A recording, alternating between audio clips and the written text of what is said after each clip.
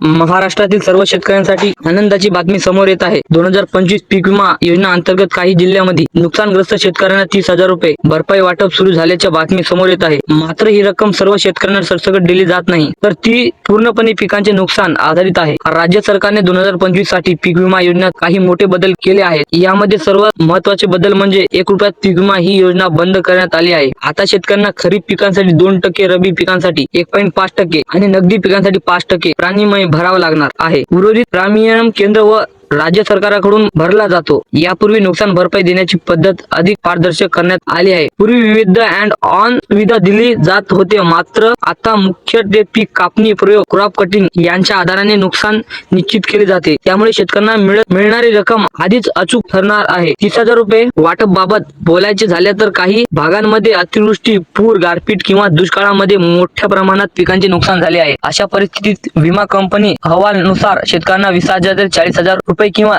त्याहून अधिक भरपाई मिळू शकेल। त्यामुळे 30,000 रुपये ही बातमी काही प्रमाणात खरी असली तरी सर्व शेतकऱ्यांना लागू नाही। सरकारने या योजनेच्या अंतर्गत काही वापर वाढवला आहे। उपग्रह चित्रे, ड्रोन सर्वेक्षण आणि डिजिटल डेटा यांच्या मदतीने कंपनीची स्थिती तपासली जात आहे। त्यामुळे नुकसानाचे अचूक मूल्यांकन करणे सोपे झाले आहे। तसेच विमा कंपनी निवड पारदर्शक पद्धतीने केली जाते असून कॅप अँड कप मॉडेल लागू ठेवण्यात आले आहे।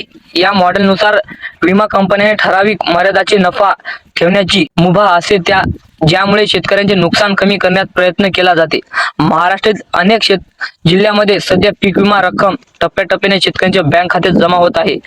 ही रक्कम थेट डीबीटीने द्वारे दिली जात असल्याने कोणतेही मध्यस्थ राहत नाही आणि शेतकऱ्यांना वेळेत मदत मिळते। सरकारने शेतकऱ्यांना आवाहन केले आहे की त्यांनी आपल्या पिकांची योग्य नोंदणी करावी आणि वेळेत विमा भरावा। तसेच कोणत्याही अफवावर विश्वास न ठेवून अधिकृत माहिती तपासी। जर आपली बातमी तुम्हाला आवडली असेल तर चॅनलला सबस्क्राईब करून व्हिडिओला लाईक करा आणि अशाच बातमीसाठी बेल आयकॉन प्रेस करा।